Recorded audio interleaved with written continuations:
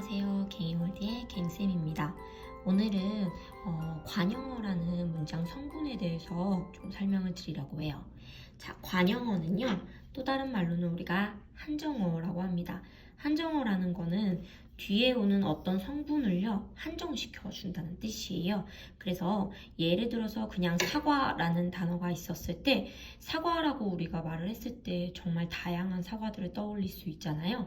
그 앞에서 이 관용어라는 애가요, 이 사과를 한정시켜 줍니다. 우리의 어떤 생각할 수 있는 범위를 한정시켜 준다고 생각하시면 돼요. 그냥 사과가 아니라 앞에 제가 썩은 사과라고 문장을 쓰게 되면은 우리는 싱싱한 사과가 아니라 썩은 사과 이미지를 떠올리게 되겠죠. 이런 식으로 명사의 의미를 한정시켜 주는 애들을 바로 우리가 관용어라고 합니다. 자, 그러면 이 관용어는요, 문장에서 위치가 어디로 들어가는지 보도록 할 건데요. 우선 이 관용어는요, 명사를 굉장히 좋아합니다. 그래서 명사 앞만 졸졸 따라다닐 거예요. 자, 우리 일반적으로 문장에서 명사가 들어가는 성분을 따라 보니까 어디가 있죠?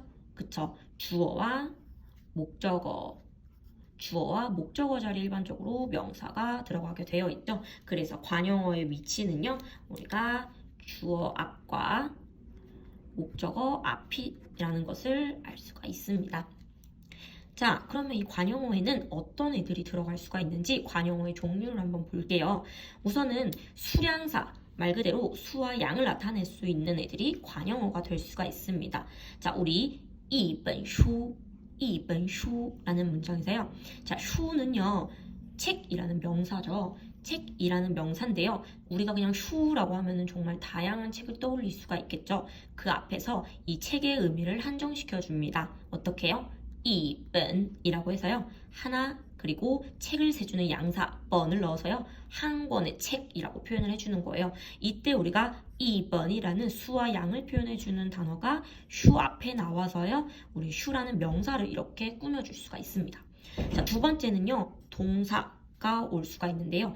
예를 들어서 우리 동사 초안이란 단어를 볼게요. 초안이라고 하면은 있다라는 단어죠. 자, 초안이라는 단어, 있다라는 단어인데요. 제가衣服라는 옷이라는 단어를 수식해주는 성분으로 바꿔줄 거예요. 자, 어떻게요? 穿的衣服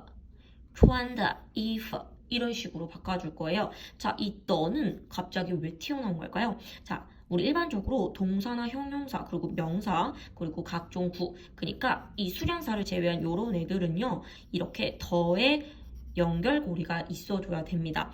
이 너는요 우리가 구조조사라고 하는 성분인데요. 이 너가요 명사랑 앞에 나오는 이 수식 성분들을 연결해주는 역할을 합니다. 그래서 그냥 초안 이프가 아니라요 초안 더 이프라고 해서 이 더가 반드시 껴줘야 됩니다. 그래서 입는 옷이라고 표현할 수가 있겠죠. 자, 그 다음에는 형용사가 관용어 자리에 올 수가 있는데요. 우리 형용사 예쁘다라는 단어에 피아오량이란 단어가 있습니다. 자, 이 피아오량도 마찬가지로요. 이 if라는 옷을 수식해주고 싶다고 할 때요. 우리 연결고리 떠를 껴줘야 됩니다. 이 떠를 중앙에 껴줘서요. 우리가 예쁜 옷이라고 말하고 싶어요. 어떻게 해요? 피아오량의衣服라고 해서요. 떠를 반드시 껴줘서 우리가 이 앞에 있는 형용사가 뒤에 나오는 명사를 수식해줄수록 하는 거예요. 자, 그 다음에요. 또 명사나 대명사 애들도 이렇게 명사를 또 수식해줄 수가 있는데요. 자, 이때 명사나 대명사는요. 이 뒤에 오는 명사를 수식해줄 때 대부분 뭐뭐의 이런 식으로 소유나 종속관계 등을 표현할 수가 있습니다. 예를 들어서 나라는 단어가요. 앞으로 수식어로 들어가서요. 我的衣服라고 표현했을 때요. 나의 옷이라는 관형어로서의 수식 성분이 될 수가 있습니다. 자, 그 다음에요. 각종 구의 형태도 관형어로서 올 수가 있는데요. 예시로 하나만 보도록 할게요. 자, 이 문장 보시면요. 你说的话라고 해서요. 화라는 단어는 말이라는 명사인데요. 우리가 너라는 연결고리를 껴주고요. 앞에다가 주어와 수어 형태인 너가 말하다, 你说라는 주술구의 형태가 앞에 나와서요. 이 말을 수식해 줄 수가 있습니다. 그래서요. 너가 말하는 말, 너가 하는 말이라고 해석할 수가 있습니다. 이렇게 관용어의 종류는요. 크게 우리 한 5가지 정도로 나눠볼 수가 있습니다. 이번에는요, 우리 아까 연결고리가 돼줘야 되는 이 너가 반드시 있어줘야 된다고 했는데요. 이 너가 생략되는 경우도 있습니다. 이 너를 쓰지 않아도 수식을 할 수 있는 경우는 어떤 경우가 있는지 보도록 할게요. 너가 생략되는 경우는요, 첫 번째는 이름절인 형용사 뒤에 오는 경우입니다. 단어가 하나뿐인 형용사 뒤에서는요, 이 너가 생략이 가능합니다. 문장 단어 보시면요, 제가 새 휴대폰이라고 말하고 싶어서요. 신手机, 신手机라고 표현할 때요. 手机라는 단어는 휴대폰이라는 명사잖아요. 근데 저는요, 새거 휴대폰이라고 표현하고 싶어요. 그때 새롭다는 뜻의 신이라는 단어를요, 형용사를 쇼지라는 단어 앞에다 넣어줄 수 있는데요. 자, 이때 신은요, 단어가 하나뿐인 이름절 형용사기 때문에요, 너가 필요가 없습니다. 신더 쇼지가 아니라 그냥 신쇼지라고 해서요, 휴대폰이라는 명사를 직접적으로 수식해 줄 수가 있습니다. 자, 두 번째 예문도 한번 볼게요. 우리 하오조이라고 해서요, 조이라고 하면은 생각, 아이디어 등을 나타내는 단어인데요. 자, 이 주의, 아이디어, 생각을 꾸며주는 하오라는 형용사가 있어요. 좋다라는 형용사인데요. 역시 제가 좋은 아이디어야 라고 말하고 싶을 때요, 이 좋다라는 하오 단어, 이름절 형용사기 때문에요, 더 필요 없이 바로 수식이 가능합니다.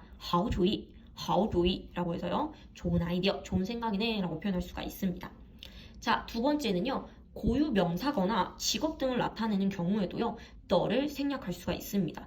예를 들어서 제가 중국어 선생님이라고 표현하고 싶어요. 자, 중국어 선생님이라고 하면 우리가 중국어라는 단어와 선생님이라는 단어를 같이 써줘야겠죠. 그러면 한유라는 단어랑 老师이라는 단어를 같이 써줘야 되는데, 이때 너라는 애가 필요하지 않다는 거예요.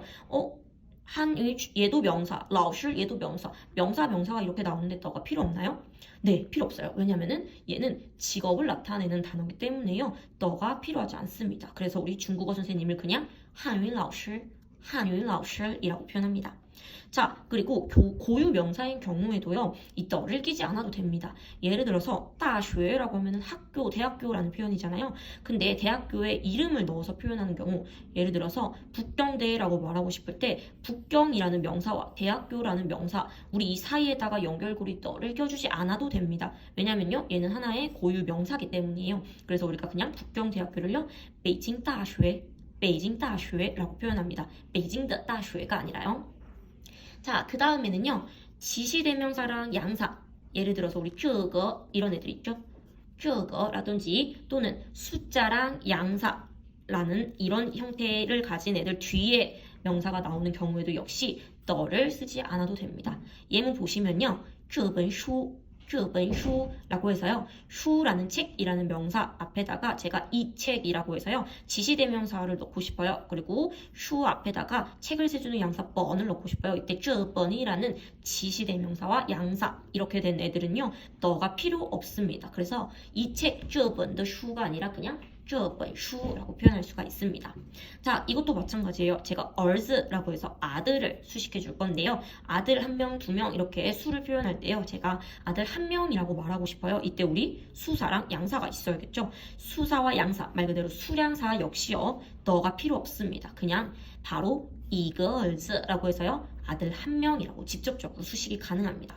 자, 그리고 또 더가 생략될 수 있는 마지막을 보면요, 바로 가족이나 친구 관계인 경우, 또 내가 소속된 어떤 집단의 경우에는요, 너를 생략할 수도 있습니다.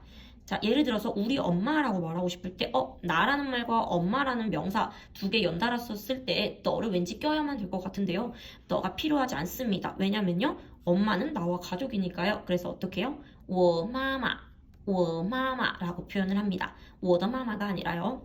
자, 친구도 마찬가지입니다. 우리 친구와 나의 사이에 벽이 있지 않도록 나와 친구라는 단어 사이를 아주 가깝게 만들어줄 거예요. 어떻게 해요? 我朋友라고 표현을 합니다. 我的朋友가 아니라 我朋友라고 해서요, 너를 쓰지 않습니다.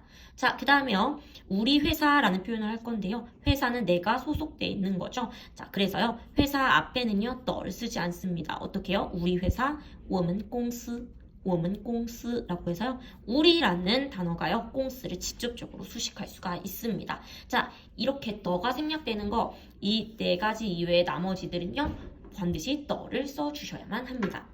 자, 이번에는요, 이 계속 연결고리로 나왔던 너가요, 연결고리가 아니라 다른 의미로 갖게 될 때가 있는데요. 자, 보시면요. 동사와 형용사 뒤에 떠가 나오게 돼서 우리가 아까는 뭐뭐한, 뭐뭐인 이런 식으로 수식을 해줬는데요. 이 애들이 수식을 해줄 명사가 없는 경우 이럴 때는요. 얘네들이 명사처럼 쓰일 수가 있습니다. 어떻게요? 뭐뭐 한 것 또는 뭐뭐인 것으로 명사화가 됩니다. 예를 들어서 먹다 출이라는 단어 뒤에 떠가 있고요. 그 뒤에 어떤 것도 나오지 않는다라고 하면요. 어떻게 해석하냐면 먹을 것, 吃的. 왜 우리 이렇게 말하죠? 아, 나 너무 배고파. 먹을 것 좀 줘. 뭐 먹을 것 좀 줘. 라고 표현할 때 吃的라고 표현할 수가 있고요. 자, 그 다음에요. 이거 내가 산 거야. 산 거라고 표현할 때요. 우리 사다, 마이라는 동사 뒤에 떠 하나 붙여주고요. 뒤에 또 다른 어떤 수식해줘야 되는 명사가 없는 경우에 이거 자체가 명사처럼 쓰일 수가 있습니다. 어떻게요? 마이드라고 해서요. 산 것 이런 식으로 명사처럼 쓰일 수가 있습니다. 자, 그 다음 이번에는 명사가 올 수 있는데요. 명사 뒤에 너가 껴있고요. 그 다음에 얘네가 수식해줘야 되는 명사가 나오지 않는 경우에는요. 이거 역시 명사처럼 쓰일 수가 있습니다. 뭐뭐의 것이라고 해서요. 대부분 소유를 나타낼 수가 있는데요. 예문 보시면요. 이거 내 거야. 내 거라고 표현할 때요. 我的라고 말할 수가 있습니다. 我的라고 표현하고요. 뒤에 또 다른 수식해줄 명사가 없는 경우 그냥 내 거라고 말할 수가 있고요.